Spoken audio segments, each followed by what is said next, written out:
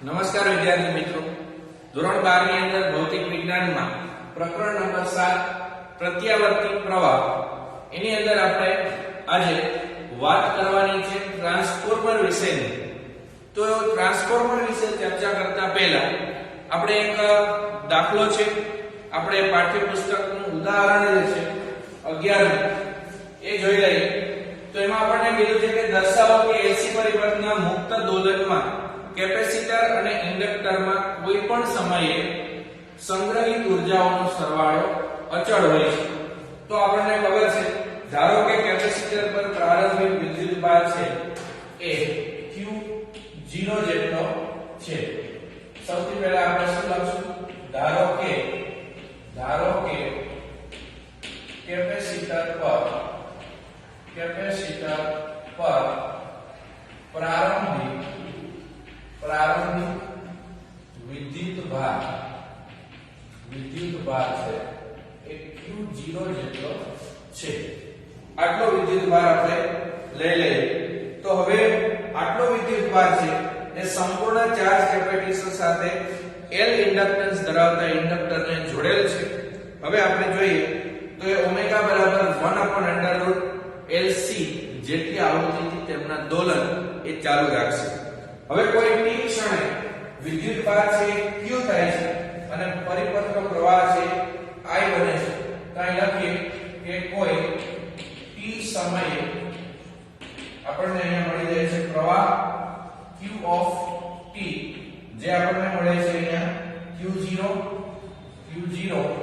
cos omega t, અને પ્રવાહ આપણને મળે છે I of t is equal to minus, આનું આપણે વિકલન કરશું એટલે cos નું વિકલન થશે માઈનસ sin, એટલે થઈ જશે માઈનસ Q0 ઓમેગા અને sin ઓમેગા t. આ આપણને મળે છે પ્રવાહ અને વિદ્યુતભારની કિંમત.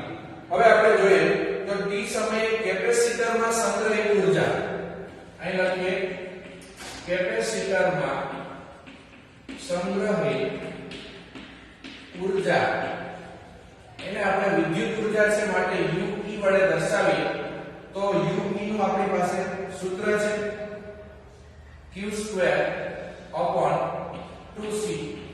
તો અહીંયા આપણે લખી શકીએ કે Q² તો Q ની જગ્યાએ આપણે છેદમાં 2C છે એમ રાખીએ. આ Q ની જગ્યાએ આપણે કિંમત મૂકીએ અહીંયાથી, તો થઈ જશે Q02 અને cos² ઓમેગા t. આ આપણને અહીંયા કિંમત મળે છે Q02 cos² ઓમેગા t. હવે આપણે જોઈએ કે ઇન્ડક્ટરમાં સંગ્રહિત ઊર્જા. તો ઇન્ડક્ટરમાં સંગ્રહિત ઊર્જા છે ચુંબકીય ઊર્જા છે, એને આપણે Um વડે દર્શાવીએ. તો એ છે એનું સૂત્ર 1/2 Li². તો 1/2 L અને I છે એની કિંમત પણ આપણે અહીંથી મૂકી શકીએ, એનો આપણે વર્ગ કરી નાખીએ તો આપણને મળે છે Q02, અહીંયાથી આપણે કરીએ Q02 ઓમેગા² અને અહીંયા થઈ જાય sin² ઓમેગા t. તો આવી રીતે આપણે UE અને UM બંનેની કિંમત મળી જાય છે. હવે 1/√LC છે એની જગ્યાએ આપણે ઓમેગા લખી શકીએ. તો હવે આપણે જોઈએ અહીંયા ઓમેગા છે એની જગ્યાએ આપણે લખશું 1/LC, કેમ કે ઓમેગા ની કિંમત આપણી પાસે શું છે 1/√LC. અહીંયા જોઈએ આપણે 1/2L Q02. હવે ઓમેગા સ્ક્વેર ની જગ્યાએ હું લખું છું 1/LC બરાબર sin² ઓમેગા t. તો અહીંયાથી L કેન્સલ થઈ જશે.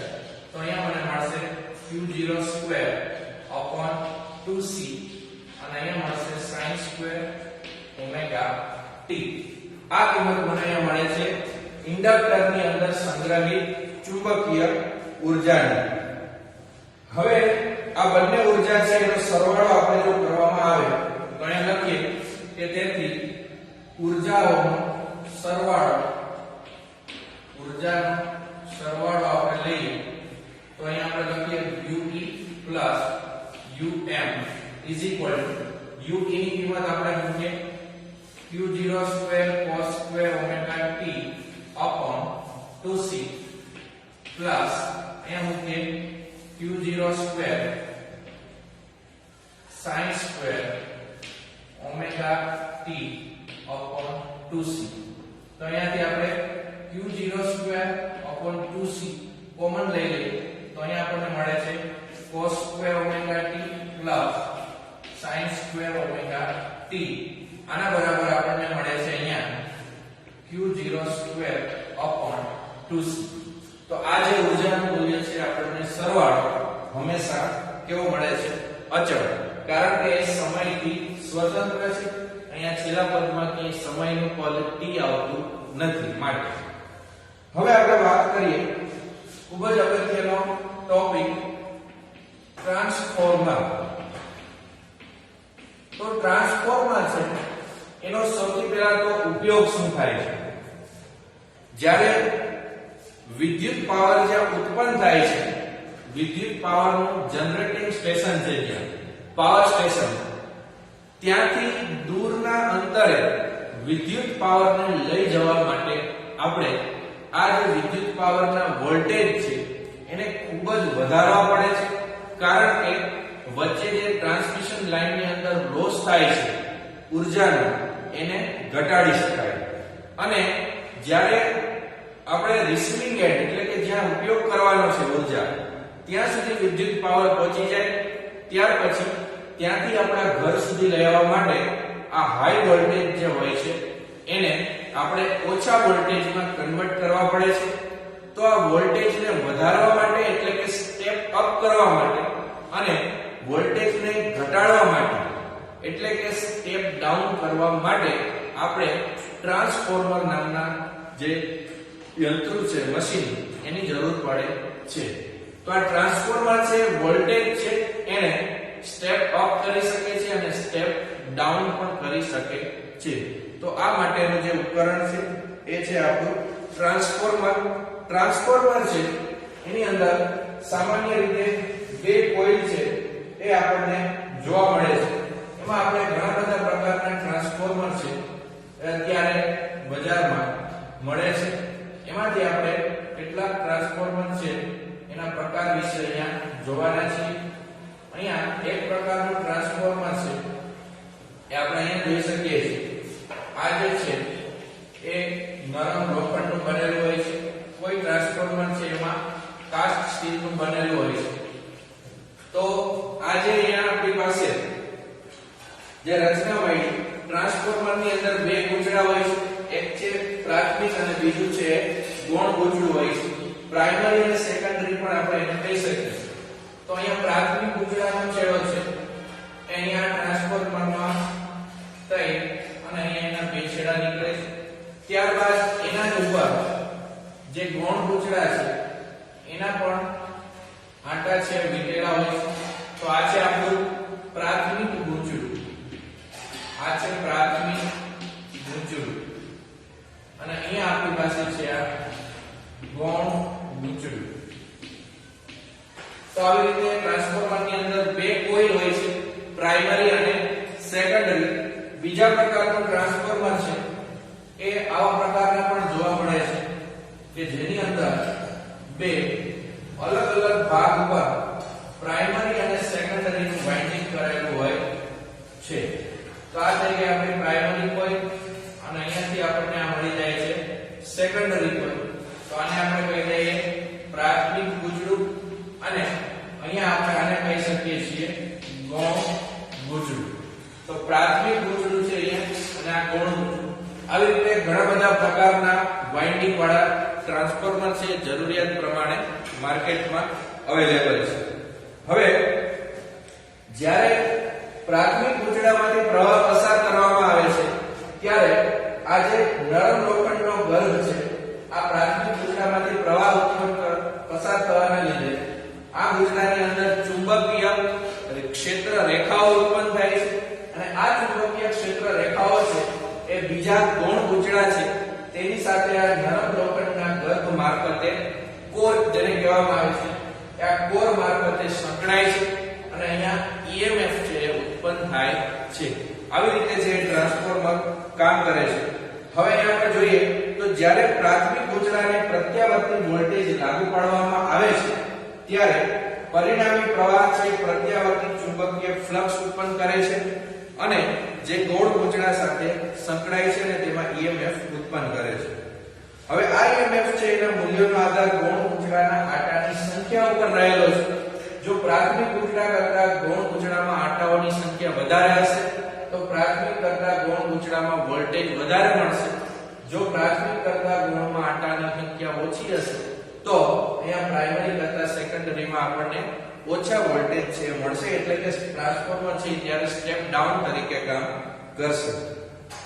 હવે આપણે જોઈએ તો પ્રાઇમરી જે છે વોલ્ટેજ એને આપણે VP વડે દર્શાવી, સેકન્ડરી વોલ્ટેજને VS વડે બતાવી અને પ્રાથમિક ગૂંચળાના આટાની સંખ્યા એને NP વડે દર્શાવી, સેકન્ડરી એટલે કે ગૌણ ગૂંચળાના આટાઓની સંખ્યાને NS વડે દર્શાવી તો અહીંયા આપણે લખી શકીએ કે NS આટા ધરાવતા ગૌણ ગૂંચળામાં પ્રેરિત EMF, અહીંયા લખીએ આપણે NS આટા ધરાવતા ગૌણ ગૂંચળામાં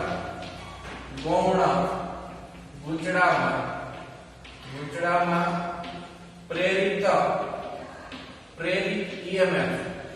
તો એમાં પ્રેરિત EMF છે એ EMF છે ગૌણ ગૂંચળાનો છે એટલે કે સેકન્ડરી, તો એને આપણે એપ્સિલોન S વડે બતાવીએ તો એ થશે આપણી પાસે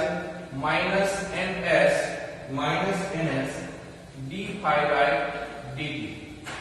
આ છે ગૌણ ગૂંચળામાં ઉત્પન્ન થતું EMF. હવે પ્રત્યાવર્તી ફ્લક્સના કારણે પ્રાથમિક ગૂંચળામાં પણ પ્રેરિત EMF ઉદ્ભવે છે તેને બેક EMF કહે છે. તો અહીંયા લખીએ હવે બેક EMF જે પ્રાથમિક ગૂંચળામાં ઉદ્ભવે છે તેને આપણે આવી રીતે લખી શકીએ -NP, અહીંયા લખીએ d∅dt. આ છે પ્રાથમિક ગૂંચળામાં ઉત્પન્ન થતું પ્રેરિત થતું EMF. હવે એપ્સિલોન P = VP એવું આપણે લઈ શકીએ. જો આવું ના હોય તો પ્રાઇમરીના શૂન્ય અવરોધના કારણે તેમાં પ્રવાહ છે અનંત થઈ જાય. જો ગૌણ ગૂંચળાનો એક ખુલ્લો પરિપથ હોય અથવા તેમાંથી મેળવાતો પ્રવાહ ઓછો હોય તો પર્યાપ્ત સન્નિકટતામાં આપણે એપ્સિલોન S = VS પણ લઈ શકીએ છીએ. એટલે કે EMF જે છે એને આપણે સમાન લઈ શકીએ છીએ. હવે આપણે જોઈએ તો VS ને આપણે લખી શકીએ અહીંયા એપ્સિલોન S બરાબર VS તથા એપ્સિલોન P બરાબર VP લેતા અહીંયા એપ્સિલોન S છે એની જગ્યાએ આપણે લખીએ VS = NS d∅dt તથા અહીંયા લખીએ આપણે VP અહીંયાથી -NP d∅ dt. આવા આપણને બે સમીકરણો અહીંયા મળે છે.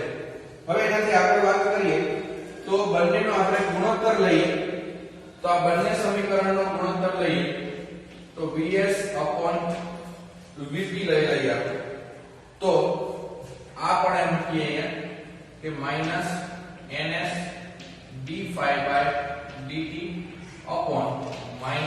-NP d∅ dt. તો આ d∅ dt છે એ કેન્સલ થઈ જાય છે, માઈનસ માઈનસ કેન્સલ થઈ જાય છે. તો VS/VP આપણને મળે છે NS/NP. આ ખૂબ જ અગત્યનું પરીક્ષાની દ્રષ્ટિએ એવો સંબંધ છે. VS/VP એટલે કે સેકન્ડરી ગૌણ ગૂંચળામાં વોલ્ટેજ, અહીંયા છે પ્રાઇમરી એટલે કે પ્રાથમિક ગૂંચળામાં વોલ્ટેજ, અહીંયા છે ગૌણ ગૂંચળાના આટાની સંખ્યા અને નીચે છે પ્રાથમિક ગૂંચળાઓમાં રહેલા આટાની સંખ્યા.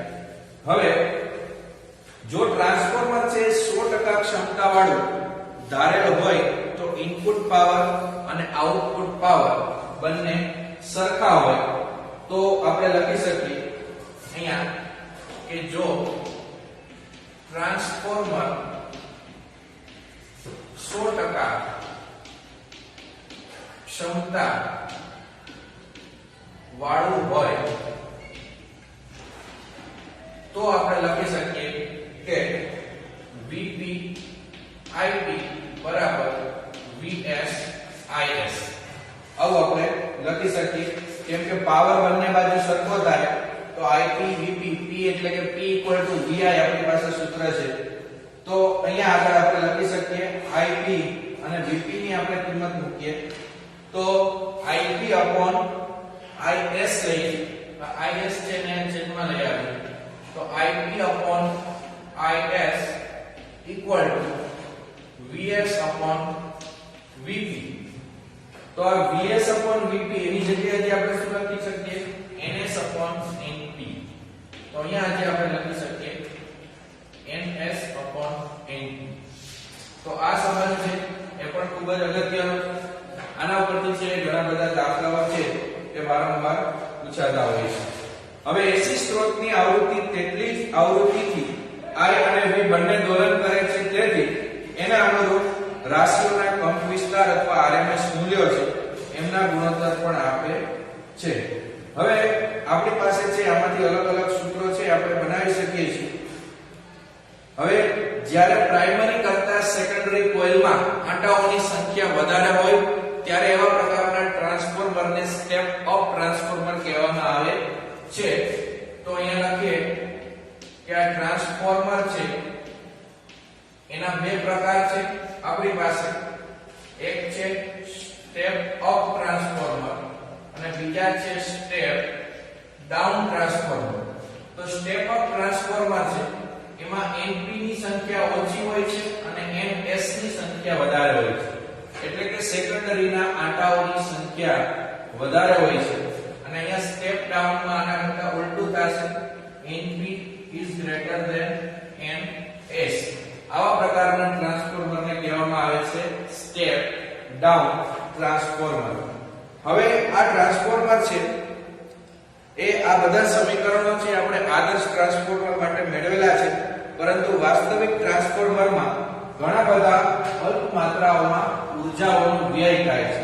તો એમાં પહેલા પ્રકારની ઊર્જા છે ફ્લક્સ લીકેજ છે. ફ્લક્સ લીકેજ નો મતલબ કે અહીંયાથી જે પ્રાથમિક ગુંજણામાં પ્રવાહ પસાર થવાના લીધે જે ચુંબકીય ક્ષેત્રની રેખાઓ જેને ફ્લક્સ કહેવામાં આવે છે એ ફ્લક્સ છે એ 100% ફ્લક્સ બીજા ગુંજણા સાથે જોડાઈ શકતું નથી. આમાંનું કેટલું ફ્લક્સ છે એનું લીકેજ થઈ જાય છે, જે એક પ્રકારનો વ્યય છે. તો એમાં આપણને કીધું છે કે ગર્ભની નબળી ડિઝાઇન જે કોર છે આપણી પાસે એની નબળી ડિઝાઇનના કારણે આવું શક્ય છે, અથવા ગર્ભમાં હવાનું મધ્યાંતર ક્યાંક એર રહી જાય છે ત્યારે પણ આવું પોસિબલ છે. આવું પ્રાઇમરીનું બધું જ ફ્લક્સ સેકન્ડરીમાંથી પસાર થતું નથી, પરિણામે થોડુંક ફ્લક્સ હંમેશા લીકેજ થાય છે. એટલે પ્રાઇમરી અને સેકન્ડરીને એકબીજા ઉપર વીંટાળીને આપણે આવા લીકેજ છે એને ઘટાડી શકાય છે. તો એના માટે આવી જે ગોઠવણ છે એ આપણા માટે વધારે યોગ્ય રહે છે. ત્યારબાદ છે વાઇન્ડિંગ નો અવરોધ, જે આપણે અહીંયા પ્રાઇમરી અને સેકન્ડરી વાઇન્ડિંગ કરીએ છીએ એની અંદર વાઇન્ડિંગમાં વપરાતા તારને પણ કેટલો અવરોધ હોય છે. તો આ અવરોધ છે તેના કારણે તારમાં ઉદ્ભવતી ઉષ્મા સ્વરૂપે ઊર્જાનો વ્યય થાય છે. વધારે પ્રવાહ અને ઓછા વોલ્ટેજના કારણે વાઇન્ડિંગમાં જાડા તારનો ઉપયોગ કરીને આપણે આ વ્યય છે એ ઓછો કરી શકીએ છીએ. જેટલો પ્રવાહ વધારે પસાર થશે એટલો આપણો વ્યય પણ વધી જશે. માટે આપણે અહીંયા ઓછા આંટાઓ અને જાડા તારનો ઉપયોગ છે એ કરવો જોઈએ. હવે છે ત્રીજો એ એડી પ્રવાહ, જેને આપણે ઘૂમરી પ્રવાહ પણ કહીએ છીએ. પ્રત્યાવર્તી ચુંબકીય ફ્લક્સ લોખંડના ગર્ભમાં એડી પ્રવાહ પ્રેરિત કરે છે. પરિણામે ઉષ્મા ઉત્પન્ન થાય છે, જે પણ એક જાતનો વ્યય છે. આ સ્તરો અથવા પટ્ટીના બનેલા ગર્ભનો ઉપયોગ કરીને અસર ઘટાડી શકાય છે. આ જે આટલો જાડો હોય છે, જે પ્રમાણે જરૂરિયાત હોય એ પ્રમાણે લોખંડનો ગર્ભ છે એને પાતળી પ્લેટના બનાવવામાં આવે છે કે એક સરખો જાડો ન લેતા તેને આપણે ઘણી બધી પ્લેટોની થપ્પી બનાવી અને આ ગર્ભ બનાવવામાં આવે છે, જેથી આપણે આ એડી પ્રવાહ છે, ઘૂમરી પ્રવાહ, તેના કારણે થતો વ્યય છે એ આપણે અહીંયા ઘટાડી શકીએ છીએ. અને ત્યારબાદ છે હિસ્ટેરેસિસ લોસ. હિસ્ટેરેસિસ લોસ છે એમાં જોઈએ તો પ્રત્યાવર્તી ચુંબકીય ક્ષેત્રના કારણે ગર્ભનું ચુંબકીયકરણ વારંવાર ઉલટાઈ જાય છે. 1 સેકન્ડમાં આપણે અહીંયા 50 હર્ટ્ઝ આવૃત્તિ હોય તો 50 વખત પ્લસ થાય છે, 50 વખત માઈનસ સાયકલ થાય છે. તો વારંવાર આની દિશા બદલાવાના કારણે પણ વ્યય થાય છે. પરિણામે ગર્ભમાં ખર્ચાતી ઉર્જા ઉષ્મા સ્વરૂપે દેખાય છે અને ઓછા હિસ્ટેરેસિસ વ્યય ધરાવતા ચુંબકીય દ્રવ્યનો ઉપયોગ જો આપણે કરીએ તો આપણે આ હિસ્ટેરેસિસ લોસ છે એ ઘટાડી શકીએ છીએ. તો આવા ટ્રાન્સફોર્મરની અંદર પણ આવા કેટલાક પ્રકારના લોસ હોય છે જેના વિશે જાણવું પણ ખૂબ જ જરૂરી છે. તો આપણે વાત કરી ટ્રાન્સફોર્મર વિશેની. આ ટ્રાન્સફોર્મર છે એ ઇલેક્ટ્રિસિટીની અંદર કે વિદ્યુતની અંદર ખૂબ જ અગત્યનું એક ઉપકરણ છે. તો આપણે વાત કરી ટ્રાન્સફોર્મર વિશે, તેમના આટાઓ, વોલ્ટેજ અને આટાઓની સંખ્યા, એમના વિશેના આપણે સંબંધો મેળવ્યા, ટ્રાન્સફોર્મરના પ્રકાર વિશે જાણ્યું અને છેલ્લે આપણે જાણ્યું ટ્રાન્સફોર્મરની અંદર થતા કેટલાક વ્યય અને તેના વિશેની જાણકારી. તો અહીંયા આપણે આ પ્રકરણ છે 7 પ્રત્યાવર્તી પ્રવાહ એને પૂરું કરીએ છીએ. ફરી નવા વિડિયો લેક્ચરની અંદર આપણે નવા પ્રકરણ સાથે મળીશું. ધન્યવાદ. જય હિન્દ, જય ભારત.